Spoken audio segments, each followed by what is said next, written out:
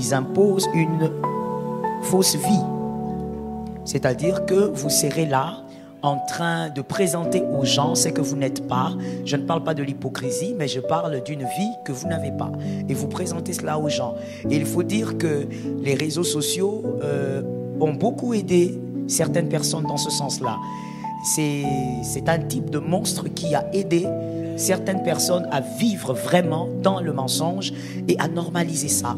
Vous allez montrer des choses qui ne sont pas à vous. Vous montrerez des maisons qui ne sont pas à vous. Vous allez faire des photos sur des voitures qui ne vous appartiennent pas, même si aujourd'hui, justement, comme je le disais, les réseaux nous ont fait croire que c'était normal. Et vous êtes là, vous mettez une parole, une pensée, et les gens vont croire que c'est votre voiture. Vous vivez dans un envoûtement. On peut vous envoûter pour que vous puissiez vivre dans une fausse vie. Plus vous vivez dans le mensonge, plus vous perdez votre temps. Il existe un piège spirituel dangereux que peu de chrétiens discernent aujourd'hui. Un piège qui ne commence pas dans la chair, mais dans l'esprit. Un piège qui ne fait pas mal physiquement, mais qui détruit silencieusement l'âme. C'est l'envoûtement par une fausse vie. Oui, les sorciers peuvent vous envoûter non pas pour vous tuer, mais pour vous enfermer dans un mensonge permanent, jusqu'à ce que vous viviez une vie qui n'est pas la vôtre. Vous vous réveillez chaque jour, vous respirez, vous bougez, vous souriez, vous publiez, mais ce n'est pas vous. C'est une copie falsifiée de votre destinée. C'est une vie empruntée. Une illusion soigneusement tissée dans le monde invisible pour vous éloigner de la vraie volonté de Dieu. Nous vivons une époque où les réseaux sociaux ont remplacé l'autel de prière, où l'image est devenue plus importante que l'identité, où l'apparence a plus de valeur que l'authenticité. Et pendant que vous courez après des likes, des vues, des abonnés, vous ne réalisez pas que vous êtes en train de jouer un rôle que l'enfer vous a assigné. Les sorciers n'ont plus besoin de potions pour vous contrôler. Il leur suffit de manipuler vos pensées, d'injecter en vous des ambitions faussées, des rêves volés, des désirs programmés. Tu voulais être serviteur de Dieu, mais maintenant tu veux être influenceur. Tu devais être un pilier dans ta famille, mais tu vis pour impressionner des inconnus. Tu devais bâtir ta vie sur des fondations solides, mais tu préfères construire des décors de théâtre pour faire croire que tout va bien. Tu n'es plus conduit par l'esprit, tu es poussé par l'algorithme. Tu ne cherches plus la présence de Dieu, tu cherches la validation du monde. Et le pire, c'est que tu crois que c'est toi, mais ce n'est plus toi.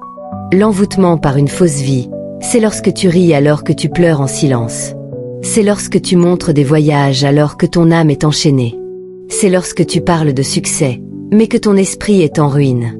C'est lorsque tu vis dans une maison que Dieu ne t'a jamais donnée, que tu portes des vêtements qui te cachent, et que tu souris à un avenir que tu n'as jamais choisi. Tu es déconnecté de ta vraie saison, de ton vrai appel, de ton vrai chemin.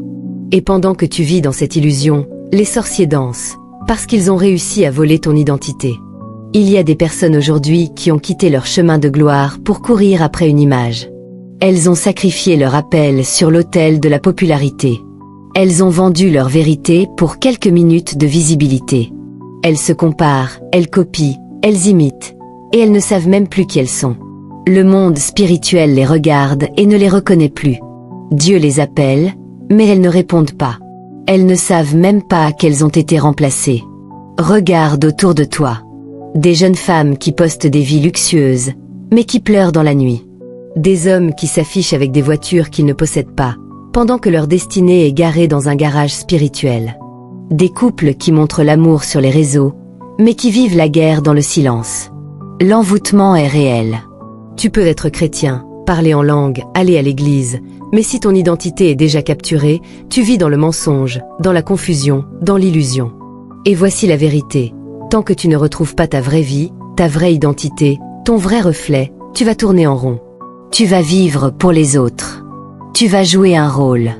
Tu vas porter des habits qui ne sont pas à toi. Tu vas te battre pour des choses que Dieu ne t'a jamais promises. Et tu vas perdre le goût de ta vraie destinée. Le danger ici, ce n'est pas seulement de mentir aux autres. C'est de te mentir à toi-même. De t'aimer dans une version que Dieu n'a jamais créée. De te battre pour une image que Dieu n'a jamais bénie. De courir après une vie qui ne t'attend pas. Tu postes des photos, tu fais des vidéos, tu lances des projets, mais dans le ciel, ton vrai dossier est fermé. Ton vrai nom est silencieux. Ton vrai rôle est vide. Et pendant ce temps, les sorciers célèbrent ta confusion. Mais aujourd'hui, Dieu t'appelle à sortir de cette mascarade. à renoncer à cette vie de théâtre, à briser ce miroir mensonger, à te regarder tel que tu es, à pleurer s'il le faut, à t'humilier, à te déconnecter de la foule, à chercher ton vrai toi dans la présence de Dieu, car c'est là que tu retrouveras ta vraie odeur, ta vraie parole, ta vraie direction. Ce n'est pas grave si tu perds des abonnés. Ce n'est pas grave si tu es oublié un temps. Ce n'est pas grave si tu t'effaces un moment. L'important, c'est que tu sois restauré, que tu sois reconnecté à l'autel de ta destinée, que tu retrouves la voix de Dieu, que tu redeviens celui ou celle que Dieu a vu avant la fondation du monde. Tu n'es pas un produit, tu n'es pas un profil, tu n'es pas un contenu. Tu es un esprit, tu es un héritage, tu es un projet divin. Brise maintenant cet envoûtement. Prie. Rejette la vie que les sorciers t'ont imposée. Renonce à l'image qu'ils ont installée en toi. Dénonce le mensonge.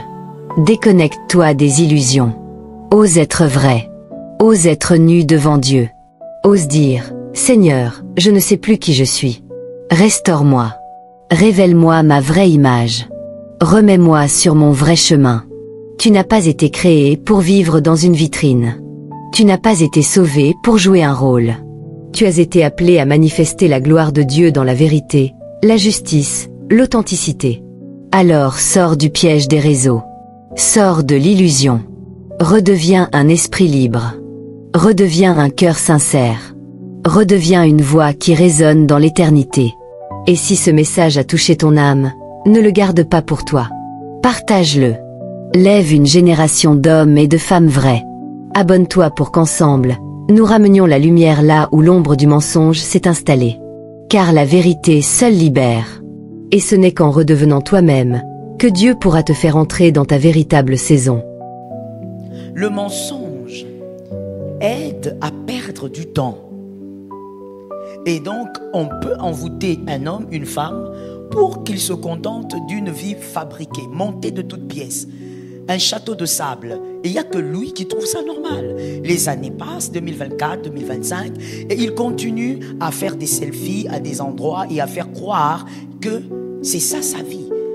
Toujours bien s'habiller, bien cravaté, et faire croire à tout le monde qu'il a une très belle vie, qu'il travaille quelque part. Il donne une image de ce qu'il n'est pas. Et l'envoûtement peut vous maintenir dans ça. Parce que plus on vous maintient dans ça, vous êtes très loin de votre vie. Celui qui veut vous égarer vous fait croire que vous êtes dans votre vie. Merci de le dire à quelqu'un. Celui qui veut vous égarer vous fait croire que vous êtes dans votre vie. Merci de l'écrire aussi, c'est important, ça vous pourrez développer ça vous-même à la maison pendant la méditation et voir autre chose qui n'a pas été dit ici. Lorsqu'on veut vous amener dans un égarement gratuit, on vous fait croire que tout ce que vous pensez est vrai. On avait déjà beaucoup parlé du mensonge, je ne veux donc pas insister dessus. Vous avez compris, c'est que c'est un envoûtement sur une vie qui présente une fausse vie. Et c'est le temps qui passe. Les éléments le plus fréquents utilisés pour l'envoûtement. Les éléments les plus fréquents utilisés pour l'envoûtement. L'envoûtement est pratiqué par les enchanteurs, les sorciers, les hommes occultes. La plupart des loges pratiquent aussi l'envoûtement. Donc il n'y a pas un monde ténébreux qui ne pratique l'envoûtement. C'est quelque chose que tous ces mouvements obscurs pratiquent. Il n'y a pas un sorcier, un homme occulte qui ne pratique l'envoûtement. Ça se pratique dans toutes ces sphères diaboliques. Dans toutes ces sphères diaboliques, l'envoûtement est pratiqué. Premier élément, j'ai dit les éléments les plus fréquents parce qu'on utilise dans l'envoûtement beaucoup de choses et on peut tout utiliser pratiquement. Mais il y a des éléments très fréquents que toi tu dois maîtriser et pour comprendre que le mal est déjà passé. Que le serpent passe mais que toi tu voyes. Voilà, parce que le drame n'est pas seulement qu'il passe. Le drame c'est de ne pas savoir qu'il est passé. Premier élément, le plus fréquent d'envoûtement, votre argent. Et si vous écrivez dans votre carnet, pour mieux personnifier l'enseignement, écrivez votre argent ou mon argent. Votre argent, c'est le premier élément utilisé de manière très fréquente pour envoûter une vie, envoûter une personne. L'envoûtement.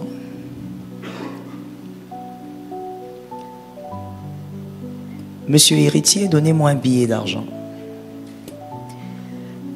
Lorsque l'on veut envoûter, on utilise l'argent. C'est très fréquent.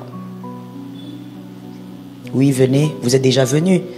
S'il ne fallait pas, il fallait tourner. Alors, l'argent. Merci d'écrire.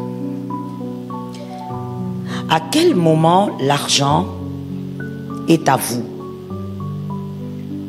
C'est comme c'est que mon fils vient de me donner là. À quel moment ceci est à lui? À quel moment l'argent que vous avez dans votre poche est à vous? Avant même que je ne commence à donner les éléments, vous pouvez écrire s'il vous plaît.